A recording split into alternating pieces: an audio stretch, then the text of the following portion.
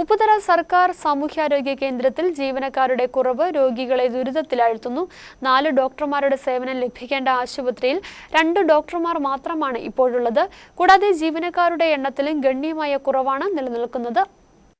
Kattappana block പഞ്ചായത്തിന് കീഴിൽ പ്രവർത്തിക്കുന്ന ഉപ്പുതറ സാമൂഹ്യാരോഗ്യ കേന്ദ്രത്തിലാണ് നാളുകളായി ജീവനക്കാരുടെ കുറവ് വെല്ലുവിളി ഉയർത്തുന്നത്. 4 ഡോക്ടർമാരുടെ സേവനമാണ് ഇവിടെ നിന്ന് ലഭിക്കേണ്ടത്. എന്നാൽ നിലവിലുണ്ടായിരുന്ന ഒരു ഡോക്ടർ സ്ഥലം മാറ്റം ലഭിച്ചു പോയിരുന്നു. പകരം ഉദ്യോഗസ്ഥരെ നിയമിച്ചിട്ടില്ല. മറ്റൊരു ഡോക്ടർ പ്രസവ അവധിയിലുമാണ്. ഇതോടെ 2 ഡോക്ടർമാരാണ് ആശുപത്രിയിലുള്ളത്. എന്നാൽ ഇതിൽ ഒരു ഉദ്യോഗസ്ഥൻ മെഡിക്കൽ ഓഫീസറായതിനാൽ മറ്റ് വിവിധ ചുമതലകൾ കൂടി വഹിക്കേണ്ടതുണ്ട്. അതുകൊണ്ട് തന്നെ മിക്കപ്പോഴും ഒരു ഡോക്ടറാണ് OP നിയന്ത്രിക്കുന്നത്. ഇതോടെ രോഗികൾ ഡോക്ടറെ നിന്ന് ബുദ്ധിമുട്ടുകയാണ്. നിരവധിയായ ആളുകളാണ് ഈ ആശുപത്രിയിലേക്ക് എത്തുന്നതും ഒപ്പം മറ്റ് ജീവനക്കാരുടെ എണ്ണത്തിലും ഗണ്യമായ കുറവാണുണ്ടായിരിക്കുന്നത്. ഇത് ആശുപത്രിയുടെ സുഗമമായ പ്രവർത്തനത്തെ പ്രതികൂലമായി ബാധിക്കുകയാണെന്നാണ് ഉയരുന്ന പരാതി.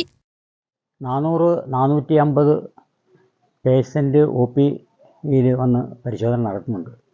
രാവിലെ ഒരു ഡോക്ടറും പിന്നെ ഉച്ച കഴിഞ്ഞ് ഒരു ഡോക്ടറുമാണ് ഉള്ളത്. ഉച്ച കഴിഞ്ഞ് 3 മണി വരെയുള്ള സമയത്ത് കുടുംബശ്രീയുടെ ആളുകൾ ഇവിടെ ചീട്ടെഴുതുന്നതിനും മറ്റും ഒക്കെ ഉണ്ട്.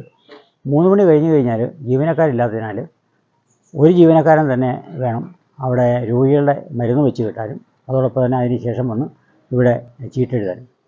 ഇതുമൂലം എത്തുന്ന രോഗികൾ കൂടുതൽ സമയം അവിടെ ഇരിക്കേണ്ടി വരുന്നു.